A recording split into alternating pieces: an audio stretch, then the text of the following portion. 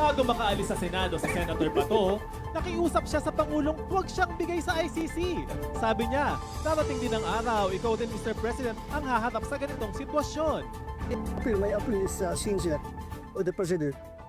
And what do you feel, sir? Sabi mo kanina kung nararamdaman lang ng Pangulo ang nararamdaman mo. How would you describe how you feel, sir? Very low. The lowest point by like. Kaba naman. Ay kipafre, gusto ko absent. Yung aking servisyo talaga. Yung aking ideal sa TMA. Courage, integrity, and loyalty. Sinisabuhay ko yan. Lahat. Ang ginawa ko. Tapos, ngayon, ganito mangyari dahil. General Torre, what can you say? Patok o putok? Ang hirap ng episode na to for Jen. Pagpahinga muna si Atty. Bundok. Sabi na Atty. Bundok kanina, ito, fence-sitter tayo. Ganyan. Because, well, you know, that's the opinion of the good senator. Transparency. Senator Bato de la Rosa is my friend and shooting buddy sa mga shooting competitions. Hindi kami nagkasama sa trabaho. Okay? Hindi kami except ng siya ay siyempre chief PNP namin. Pero yung sa isang opisina kami, hindi nangyari yan. Pero nakikita kami sa firing range and we're good buddies in shooting. Sino better shooter? Mas magaling siya.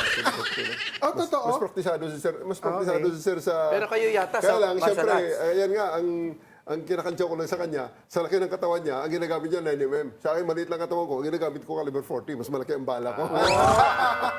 Kasi kinakantsaw ko sa So, kanya, magkaibigan Sir, kayo. Hindi bagay sa'yo, Sir, maliit ang bala mo eh. This is not to Production denigrate shooter the siya. police cap, no? Sino mas maraming napatay? Oh my God. May fugitive o mga criminals. I don't think that somebody is keeping tabs on that. Body count. Making a body count. Oo, wala. Under sa mga may mga spot reports, may mga records yan, but it's something that you really don't brag about, you know. Doon sa sinabi niya, it's his opinion, it's his feeling. Yun ang mga unfiltered feeling niya eh. So GM, I have to respect that. Yung ano niya, statement niya na it could happen to you. PBBM. Yun naman, it could happen to you, PBBM. Opinion niya yun. And kung may basis siya at kung may nakakita siya, nasa kanya yun. Pero I don't see that as of the moment. Attorney Jimmy, patok o putok? Ang basihan, patok siyempre. At ang basihan po kasi Kliyente mo nga pala siya, no? Yes, but here I can speak in general terms. Oo. Ang basihan po niyan ay ang aming common belief. Kami mga magkakapartido, na despite all this anger that we feel, and I'm being very candid, General, Yeah. no? Despite all the anger, hindi po namin ipagkakanulo ang kasarinlan ng Pilipinas. Should the time come na makakaganti kami, kung mangyari man yon, padadala kung sino man, si Trillanes, si BBM, kung sino man sa ibang bayan, hindi po ako papayag. Despite the deep feelings that we have. Kasi mali. Sovereignty. Sa lahat po ng bansa na nagpumirma dyan sa Rome Statute na yan, lahat po sila dumadaan sa judicial authority, ang lahat ng surrender man yan or extradition. Lahat po yan. So, it is our view na it is my view na sinabi yan ni Senator Bato, not just personally but out of our legal belief.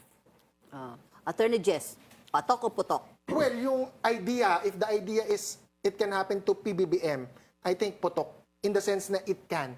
I don't think it can as of now. Because sending BBM on the basis of crimes against humanity is very difficult. Wala pa akong nakikitang any reasonable case that could arise that could lead BBM to be charged before the ICC. Sa akin, ang humble suggestion ko ulit, si Attorney Jimmy laging narinig yung mga aking legal innovations para sa mga senators na to. Kaya Senator Bato, senador siya.